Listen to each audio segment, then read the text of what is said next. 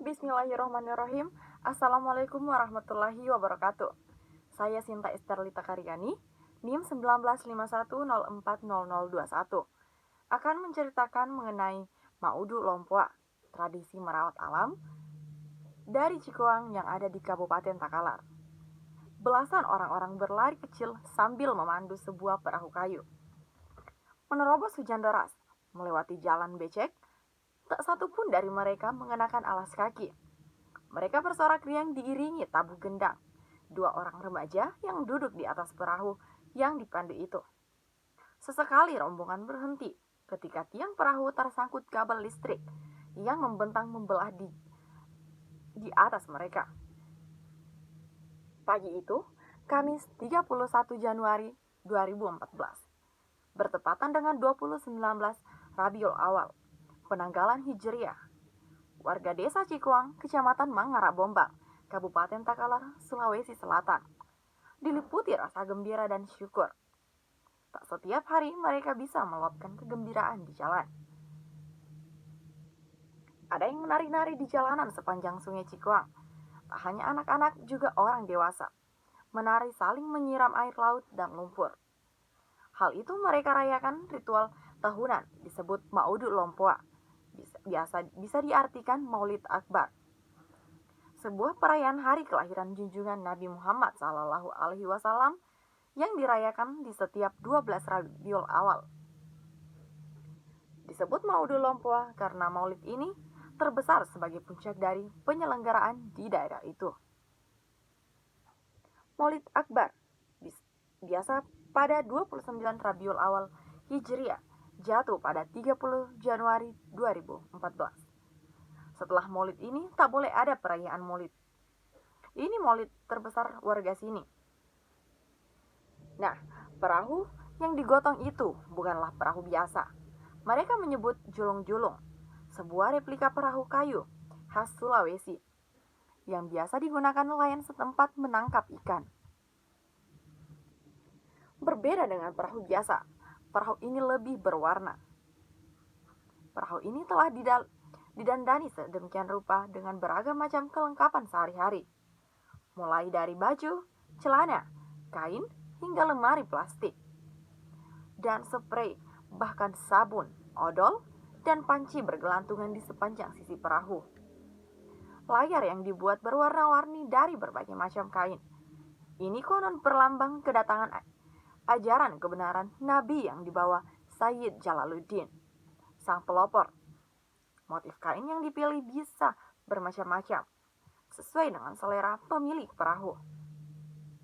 Sebuah perahu di perayaan ini bahkan ada dipasangi kain bendera Amerika.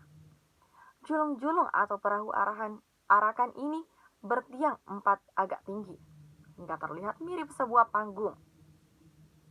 Di bagian belakang perahu ditempeli uang kertas 5.000 atau 10.000. Julung-julung ini berisi hidangan khas berupa nasi pematara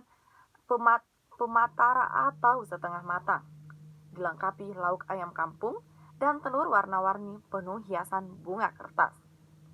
Dan tahu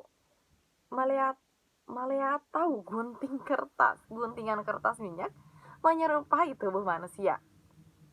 Uniknya, perahu-perahu ini sepanjang perayaan Maulid hanya ditambatkan di sepanjang pesisir sungai Cikuang, yang hanya berjarak seratusan meter dari pesisir pantai. Lokasi itu menjadi tempat berlabuh perahu-perahu nelayan setelah berlayar di lautan lepas. Prosesi arak-arakan julung-julung ini disebut Angantara Maudu atau mengantar persiapan maulid ke lokasi Maudu Lompoa. Setelah tiba di lokasi, sebuah ruang terbuka di depan Balak Lompoa atau aula besar. Masyarakat adat Karaeng Laikang, rombongan menyebar mengelilingi perahu. Tabuh gendang tetap terdengar berlatu-latu. Tidak hanya saling menyiram air dan melempar lumpur, sejumlah pemuda membentuk lingkaran kecil. Mereka memperagakan mepenca atau atraksi pencak silat. 2 orang bergantian bertarung adu silat dan saling berpelukan setelah pertarungan tuntas. Pencak silat ini membuat suasana makin gaduh. Teriakan panitia agar warga lebih tenang dan menghentikan aktivitas mereka. Karena ada perayaan Maulid formal dari Pemda setempat, tak dihiraukan sama sekali. Sambutan Ihsan Nor, Asosiasi Pemerintah Kabupaten Seluruh Indonesia atau APKASI, tak dihiraukan sama sekali oleh warga. Tak jauh dari tempat itu, di sebuah aula yang lain berlangsung proses lain perayaan Maulid ini, yaitu proses inti dari perayaan ini disebut zikiri, bisa diartikan berzikir. Meski berisi pembacaan syair puji-puji kepada Nabi Muhammad SAW, juga pembacaan surah Rate yang menceritakan kelahiran Nabi hingga masa Islam di Cikuang yang dibawa Sayyid Jalaluddin. Puluhan pemuka agama keturunan Sayyid Cikuang bergantian membacakan zikiri dan surah Rate ini. Dikelilingi ratusan warga setempat dengan hikmah. Menurut Riza, perayaan Maulid telah menjadi kewajiban warga setempat setiap tahun. Selain sebagai tanda syukur atas kelahiran Nabi junjungan mereka, juga ungkapan tanda syukur atas rezeki yang mereka dapatkan dari setahun lalu. Ada keyakinan perayaan Maulid adalah sebuah tradisi yang harus mereka lestarikan. Tak peduli dengan besar kecil perayaan itu, yang jelas harus dilakukan. Syarat utama setiap orang menyediakan 4 liter beras dan 1 ekor ayam. 4 liter beras ini memiliki makna. Setiap manusia terdiri atas 4 segi atau kejadian manusia terdiri dari 4 asal, yaitu tanah, air, angin, dan air. Air, angin, dan api. Berbagai lagu dan kelengkapan dalam ritual ini memiliki makna mendalam yang menggambarkan proses awal yang melatar belakangi Maulid di masa lalu. Perayaan Maudu Lompo di Cikuang sudah sejak ratusan tahun silam, tepatnya sejak tahun 1621, ketika ulama besar dari Aceh bernama Sayyid Jalaluddin datang ke daerah ini untuk penyebaran agama Islam. Sayyid keturunan Arab Hadramaut, Arab Selatan, yang dianggap sebagai keturunan dari Nabi Muhammad SAW ke-27. Di Cikuang, meski 4 pendapat penentangan dari kerajaan setempat karena dinilai orang asing yang tidak jelas. Setelah mampu menunjukkan kesaktian, dia diterima dengan baik. Dia dinikahkan dengan putri dari bangsawan kerajaan Goa bernama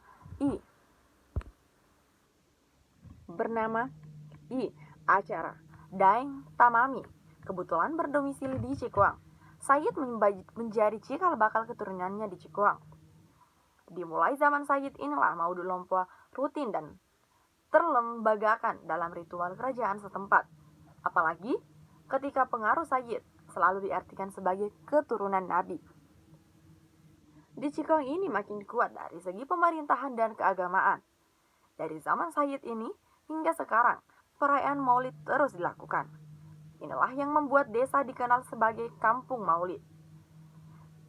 Zainab, warga Cikuang yang kini bermukim di Kabupaten Jeneponto, Sulawesi Selatan, merasa tak bisa lepas dari ritual Maulid ini. Setiap tahun, dia selalu kembali ke kampung halaman hanya untuk merayakan Maulid ini. Terasa ada yang kurang jika tidak Maulid di sini. Pernah saya coba beberapa tahun tidak datang, terasa ada tak lengkap. Kini, kami sekeluarga selalu kembali ke sini. Bagi Risa, perayaan Maulid ini bukanlah sekedar ritual tahunan. Makna sosial dari perayaan ini adalah keterikatan sosial, baik antara masyarakat sebagai sebuah komunitas dari garis keturunan sama, yaitu Sayyid, dan keterikatan dengan lingkungan sekitar, tempat mereka hidup dan berkembang. Dia menilai ada makna konservasi lingkungan di balik perayaan ini, sebuah tradisi merawat alam, dengan mensyukuri apa yang diberikan Tuhan, baik dari laut maupun dari daratan. Dengan Maulid di pesisir sungai dan pantai ini bisa dimaknai luas keterkaitan warga sekitar terhadap alam. Lautan, tempat mencari nafkah. Bumi, tempat menyebar mencari kehidupan. Itu semacam peneguhan alam sekitar sebuah entitas yang harus dijaga. Jika berharap laut sebagai sumber penghidupan tetap memberi nafkah kehidupan. Apalagi dalam ritual ini, kondisi muara Sungai Cikuang sebagai tempat ritual dibersihkan terlebih dahulu. Di sepanjang sungai tak hanya pusat maulid, juga lomba balap joloro atau perahu, pancing dan tangkap itik yang sengaja dilepas di sungai. Warga pun akan berhamburan turun ke sungai.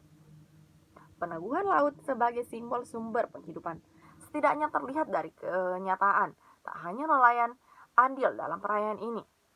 Sebagian pedagang yang berharap dengan mengikuti perayaan itu, rezeki akan bertambah. Sebelum maulid, berbagai persiapan dilakukan, seperti penyediaan ayam, beras, minyak kelapa, telur, perahu, dan berbagai perlengkapan lainnya. Proses ini dimulai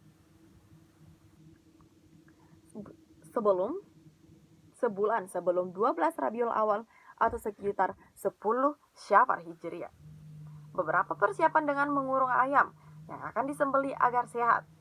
Ayam-ayam inilah disembeli oleh androng guru atau pemuka agama dari keluarga Sayyid. Beras yang digunakan harus ditumbuk sendiri, bukan dari pabrik. Lesung untuk menumbuk padi dipagari dan tak boleh rapat ke tanah. Tak diperkenankan bagi penumbuk jadi menginjak bagian atas lesung. Proses ini secara hati-hati dan dipastikan tak satupun padi yang ditumbuk tercecer ke tanah. Ampas, padi harus dikumpulkan pada tempat yang tidak mudah kena kotoran dan terjaga hingga selesai zikiri atau pembacaan surah Rateh. Pada bagian akhir maulid dilakukan pembagian kanre maudu atau pembagian makanan maulid. Semua makanan dan aksesoris perahu dibagikan pada setiap orang di tempat itu. Dimulai dari para tokoh agama yang membacakan zikir dan surah Rateh. Proses ini berlangsung meriah. Orang-orang berebutan mengambil telur yang dinilai sebagai berkah. Setelah semua proses itu, perahu-perahu ini mengarungi sungai dan lautan menuju rumah mereka masing-masing dengan arak-arakan. Sekian, wassalamualaikum warahmatullahi wabarakatuh.